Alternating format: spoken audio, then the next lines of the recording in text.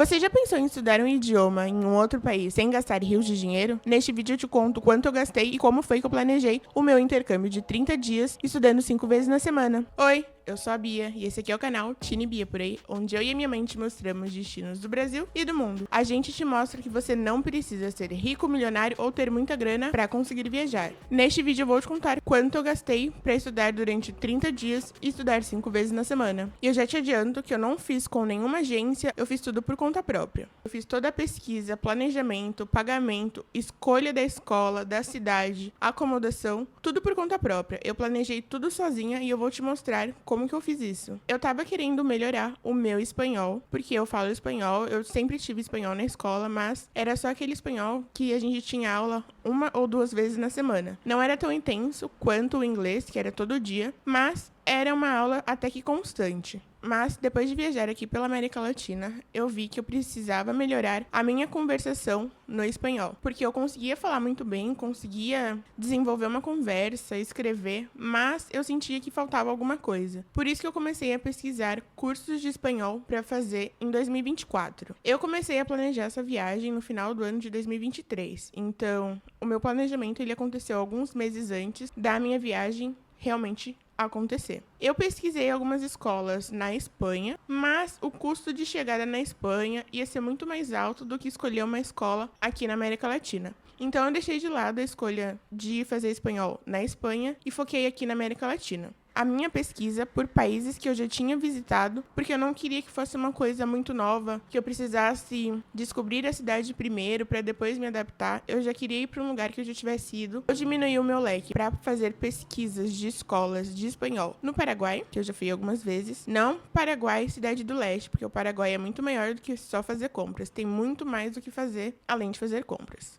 Para ver escolas na Argentina, no caso em Buenos Aires, então seria um ótimo lugar para fazer esse curso. Então os lugares que eu foquei a minha pesquisa foram lá em Assunção, no Paraguai, ou em Buenos Aires, na Argentina. Então eu acabei pesquisando e acabei escolhendo fazer um curso de espanhol em Buenos Aires, na Argentina. Por vários motivos, mas o principal foi porque eu já tinha ido para essa cidade mais de 5 vezes, então eu já conhecia bem a cidade, então estava dentro do que eu estava buscando, que era melhorar a minha conversação e não fazer uma viagem junto com o intercâmbio para conhecer um novo destino. Então, por isso que eu acabei escolhendo Buenos Aires, na Argentina. Fiz essa pesquisa em meados de outubro, novembro. Acabei achando a escola que eu acabei fechando. Eu achei essa escola numa busca que eu estava fazendo no Google mesmo. Eu escrevi escola de espanhol em Buenos Aires lá no Google Maps. Procurei desse jeito e acabei achando algumas escolas como a Spanish, mas eles me passaram um orçamento que era muito mais alto do que eu tinha disponível naquele momento, então eu descartei essa escola.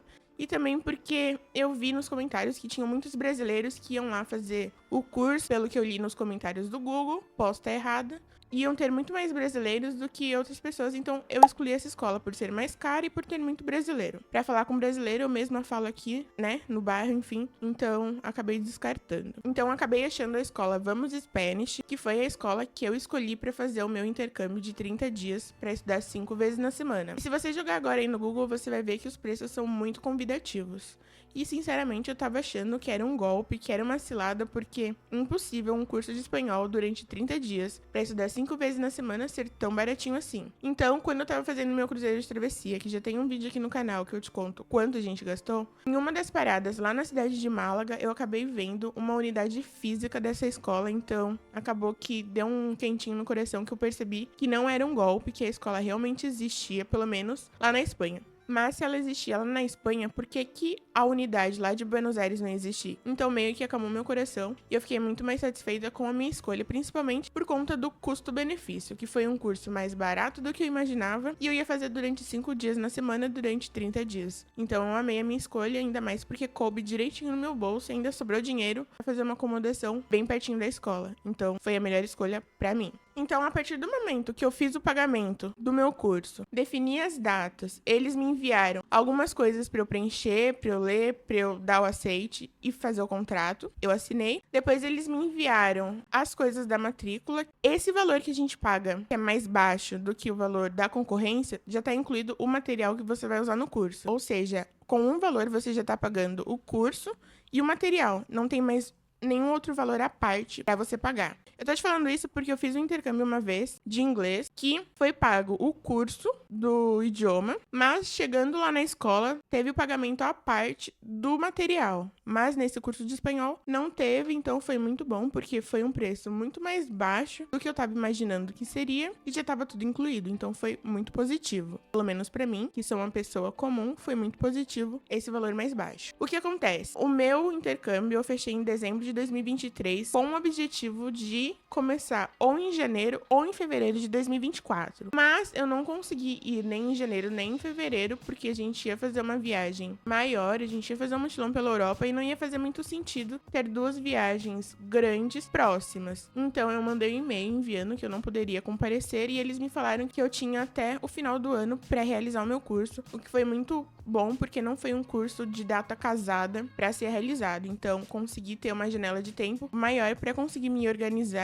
financeiramente e com a minha agenda para conseguir embarcar nesse intercâmbio. Então, ao invés de iniciar o meu curso lá no começo do ano, como foi o meu primeiro contato no e-mail, eu acabei iniciando o meu curso no dia 20 de outubro de 2024 e foi tudo tranquilo. Eu consegui reagendar mais algumas vezes e não me cobraram nada mais por isso. Então, eu recomendo a escola porque a comunicação deles comigo foi muito boa. Então, como a comunicação ela é toda feita em e-mail, eles te mandam tudo direitinho por e-mail, tudo que você precisa saber, a sua matrícula, o seu boleto, ou se você for fazer o pagamento no cartão de crédito, não sei. Eles te mandam tudo direitinho e alguns dias antes do seu curso começar, eles te enviam um teste de idiomas para você fazer o nivelamento e eles te colocarem numa turma mais adequada pro seu nível de espanhol. Então eu fiz essa prova online, aí eles viram que o meu nível seria o C1. Então eu comecei no nível C1. Se você não sabe, a gente começa no A1 e vai subindo A2, B1, B2, C1, até chegar à fluência. Então eu comecei no C1. Eu não assistia Rebelde em espanhol, tá? Eu assistia Rebelde dublado, porque era o que passava. E eu assistia Rebelde dublado, então a minha carga de espanhol não vem de Rebelde, infelizmente, porque se viesse eu estaria mais fluente ainda. Mas enfim. Então eu fiz essa prova de nivelamento, viram que eu tava no nível C1. O que foi bom, mas ao mesmo tempo foi ruim, porque se eu soubesse disso, eu não tinha me esforçado tanto na prova, eu tinha deixado pra ficar num nível B2 ou B1, que é mais intermediário. Então, eu tô dizendo isso porque a minha turma, por ser um nível mais avançado, tinha eu e mais uma outra pessoa. Então, ficou uma turma de 2 pessoas e um professor.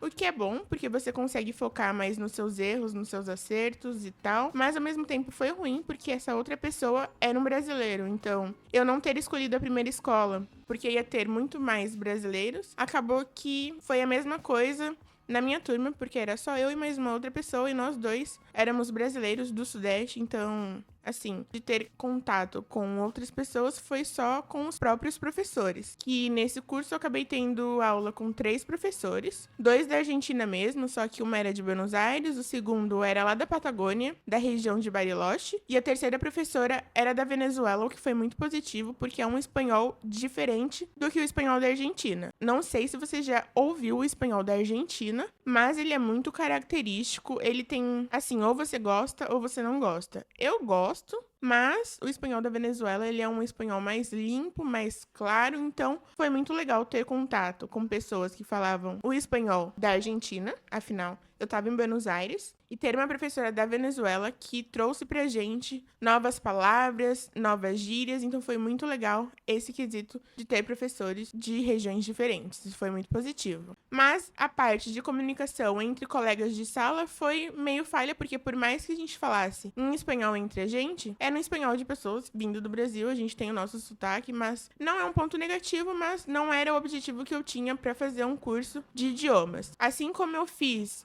o meu curso de inglês, que eu tive contato com outras pessoas de outras nacionalidades, eu achei que eu ia ter a mesma coisa no curso de espanhol. Não foi o meu caso, porque eu acabei caindo numa turma avançada. Se eu soubesse, eu não tinha caprichado na minha prova, eu tinha feito só sem ler direito, mas eu acabei caindo no nível C1, que é o nível que eu comecei nesse curso. A gente fez por semanas. Assim, eu comecei no C1, que foi o nível que eu fiz da prova. Na semana 2, porque eu acho que a turma já estava em andamento, acho que a outra pessoa já estava há uma semana fazendo o curso e me encaixaram na mesma turma pra pessoa não ficar sozinha e eu também não ficar sozinha numa turma, então juntaram a gente na mesma turma.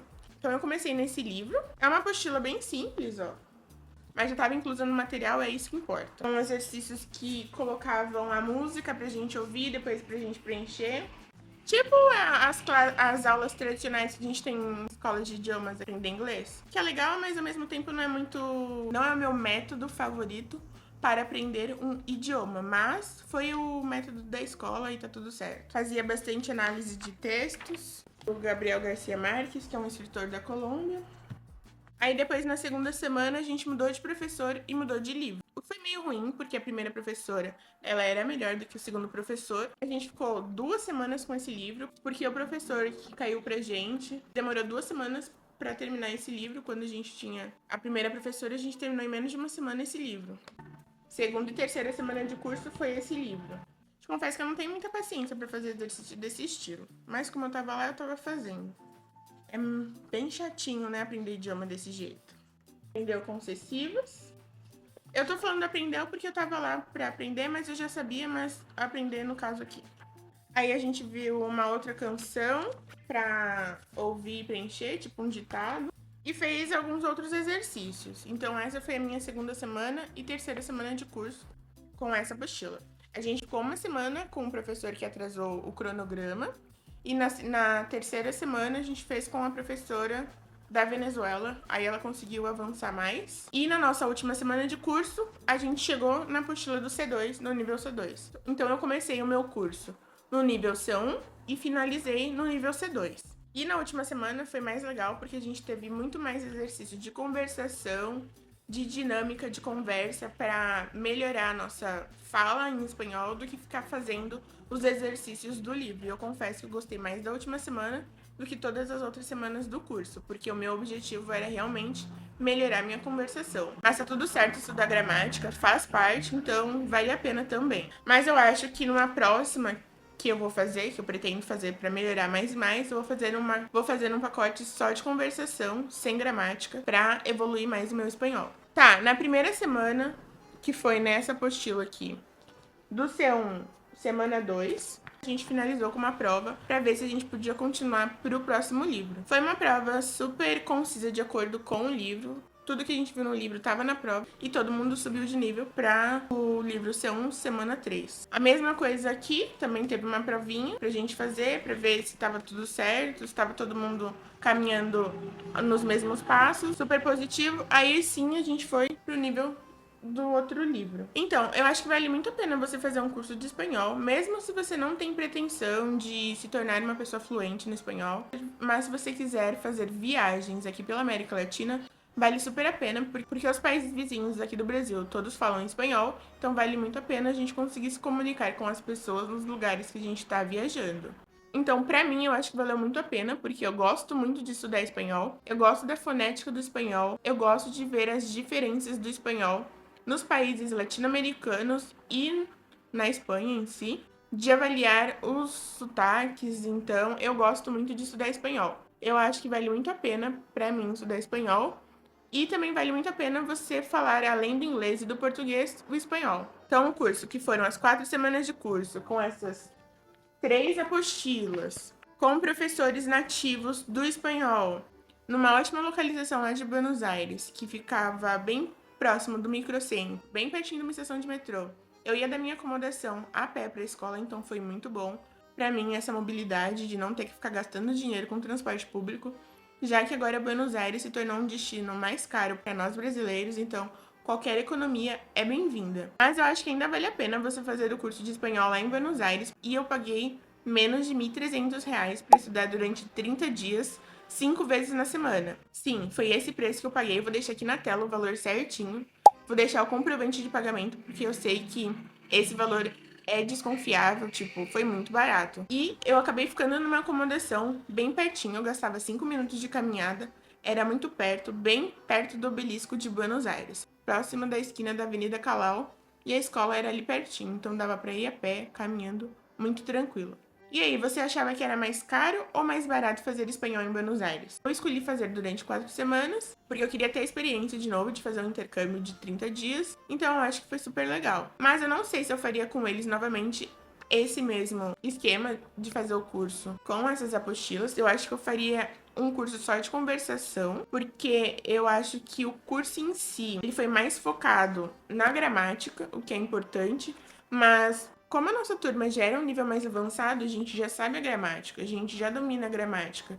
Eu acho que o meu foco e o foco do senhor que estava lá comigo era melhorar a nossa conversação. Mas, infelizmente, nas 3 primeiras semanas do curso, foram focadas mais na gramática, na escrita em si. É importante sim, mas como a gente já estava num nível mais alto, a gente queria focar mais na conversação. Foi uma coisa que não aconteceu. Eles oferecem dinâmicas alguns dias na semana para as pessoas terem comunicação entre níveis e tal, dinâmicas extracurriculares fora do horário dos cursos, mas nenhuma dessas dinâmicas fazia muito sentido para mim, porque era mais focada para gringos europeus, gringos norte-americanos, então não faziam muito sentido para uma pessoa que veio do Brasil. Então eu não participei dessas dinâmicas, mas como eu estava na Argentina focando para estudar espanhol, eu estava absorvendo bastante a cultura local, conversando com bastante gente, coisa que normalmente eu não faço quando eu tô viajando na Argentina. Então eu tava conversando com mais gente, tava vendo mais as coisas, então valeu a pena nesse quesito, porque eu fui mais aberta a conversar com mais pessoas. Mas pra mim eu acho que foi meio falho esse quesito, talvez tenha sido culpa minha, que eu não tenha pesquisado direito. Mas enfim, eu acho que valeu super a pena. Gostei do meu certificado bonitinho, então pra mim valeu a pena e eu faria de novo. Só que eu escolheria um outro tipo de curso. Se você gosta desse tipo de conteúdo, eu já te convido a se inscrever nesse canal, deixar um like e um comentário. Porque com o seu like, com o seu comentário, o YouTube ele entrega o nosso vídeo pra mais pessoas e mais pessoas vão ver que não precisa de agência pra fazer um intercâmbio. Obrigada por assistir esse vídeo e até o próximo. Tchau!